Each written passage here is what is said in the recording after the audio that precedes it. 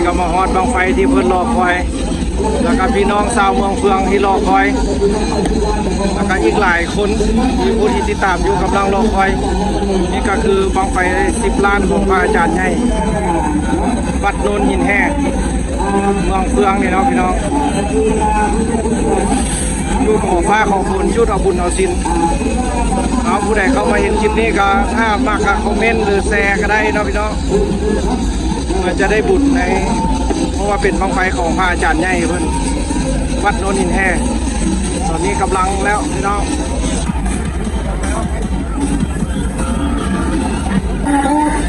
มาแล้วพี่น้องบังไฟใหญ่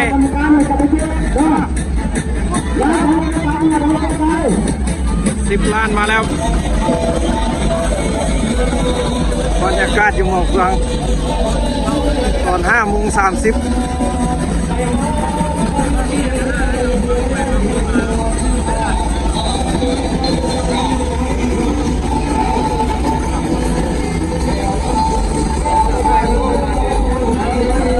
หลายคนมาท่าเพิ่งมองไปล้านพี่น้องมอง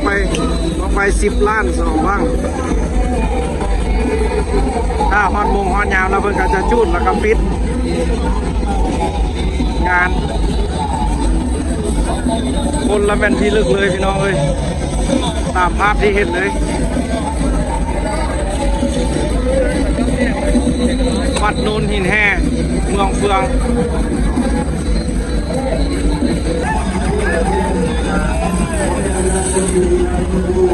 รถคาขี้ตุ่มแก้บังไฟคาขี้ตุ่ม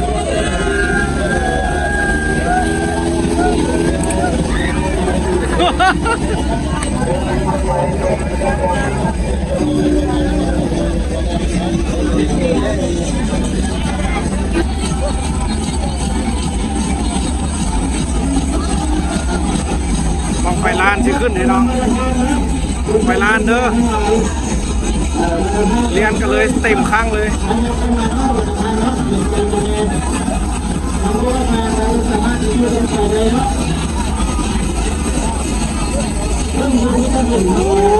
บรรยากาศมองเมืองยอดบุญมองเฟืองพี่น้องเอ้ยประเทศลาว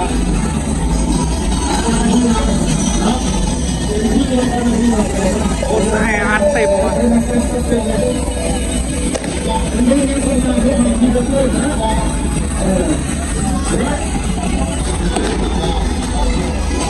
ถ้าเบิ่งมองไฟล้านพี่น้อง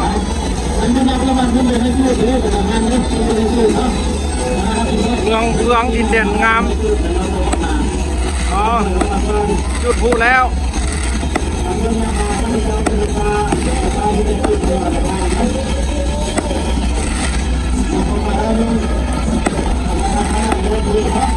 บังไฟล้านที่ขึ้นแล้วพี่น้องเอ้ยป่ากระมักนะพี่น้องเอ้ยเพราะว่าอยู่นี่เป็นวัดดังนะพี่น้องวัดโนนหินแห่คนอยู่เมืองไทยมันก็จะหู้น้องวัดนี่เนาะ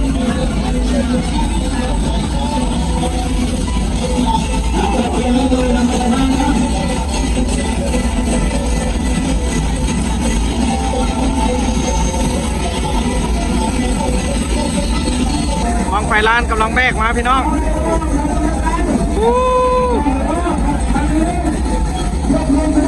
เดี๋ยวมื้อนี้ที่พาเบิ้งบังไฟ10 ล้านพี่น้องเพิ่นกำลังพัดอยู่ในเต็นท์นะอันนี้บังไฟล้านซื่อๆบังไฟใหญ่10 ล้านพี่น้อง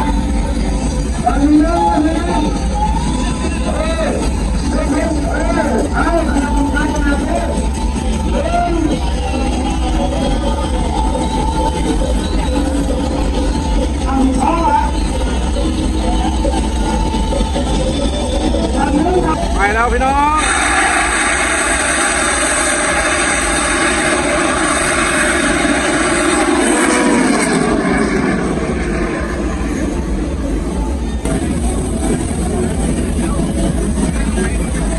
ว่าเพิ่นกาเก็บแล้วล่ะพี่น้องบังไฟใหญ่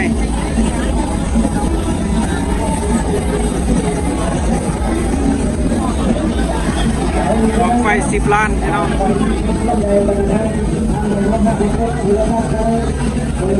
อยู่800 83ซาวรวงกว้าง8ซาวสังติเมตรรวงยาว4 เมตรของไฟใหญ่ของสมเด็จพระอาจารย์ใหญ่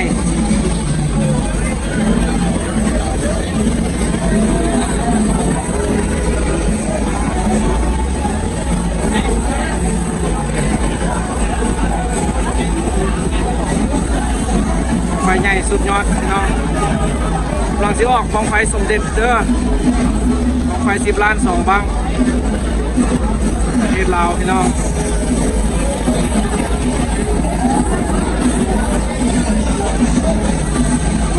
สวรรค์คุณ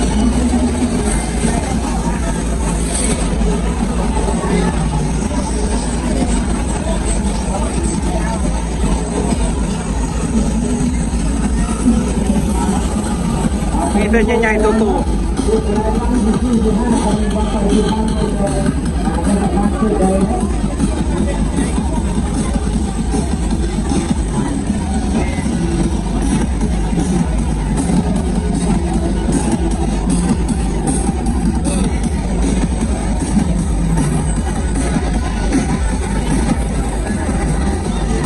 วิธีการพัดบั้งไฟ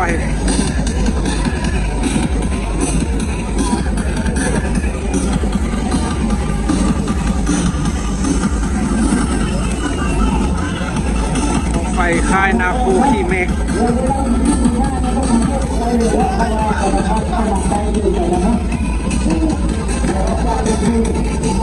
เราไปข้างละ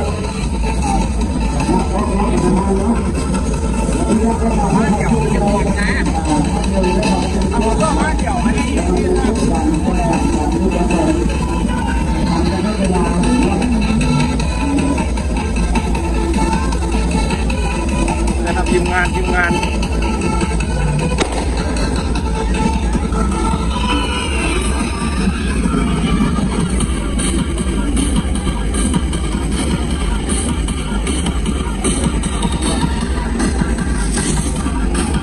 สุดยอด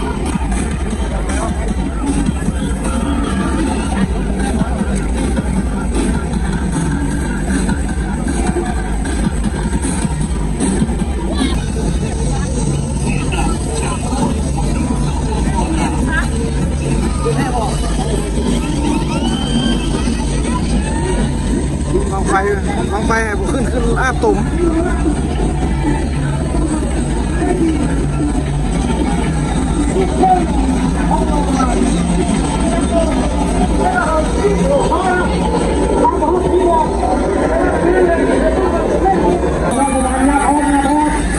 มาแล้วพี่น้องบังไฟใหญ่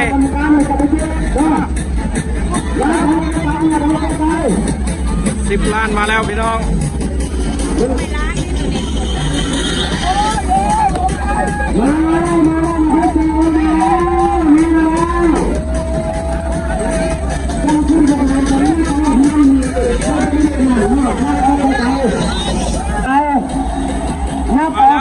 ไป10 ล้าน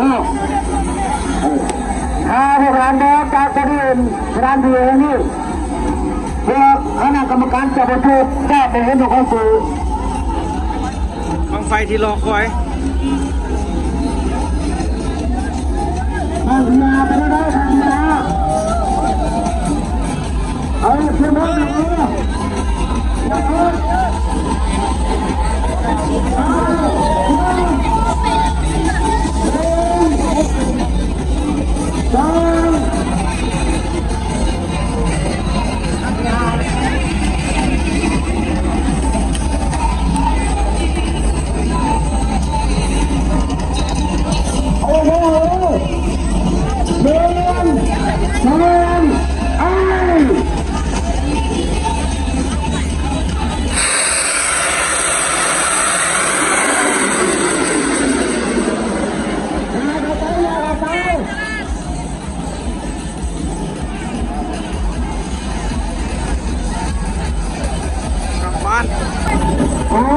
เรื่องที่สอง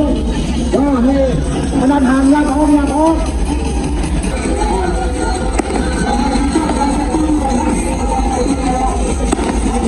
ยาเอาลุกขึ้นเอาไม้ขึ้นงามๆของฟ้าของฝนคนดีนะดีเข้าดีปีนี้มีชาวเมืองเฟืองเนาะเมืองอูเข้าอูป่า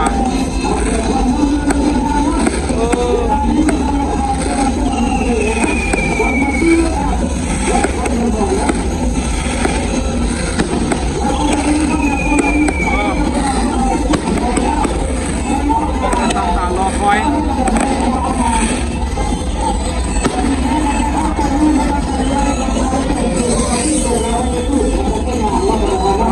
ตั้งหน้าตั้งตารอคอยคนมาเบิ่งเต็มเลยป่ะนี่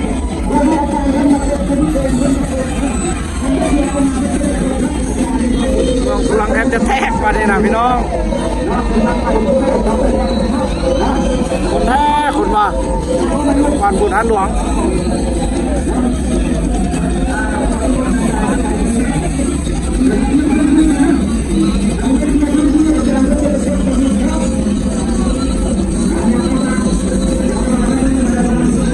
กรรมการนะพี่น้องเพื่อนกำลังสิกุล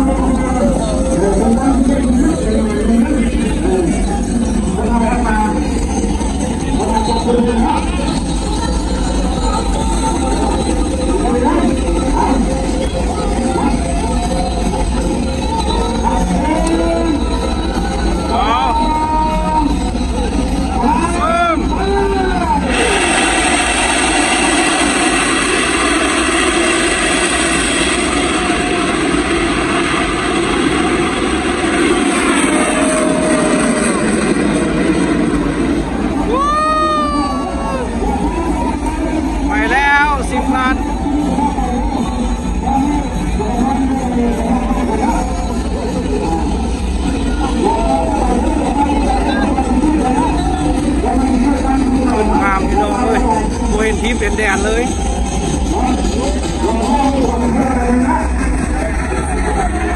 มันก็มารอท่าเพิ่งมาสุดท้าย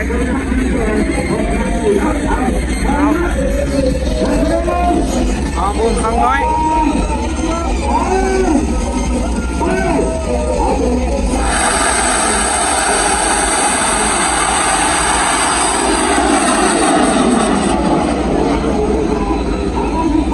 เห็นทีม3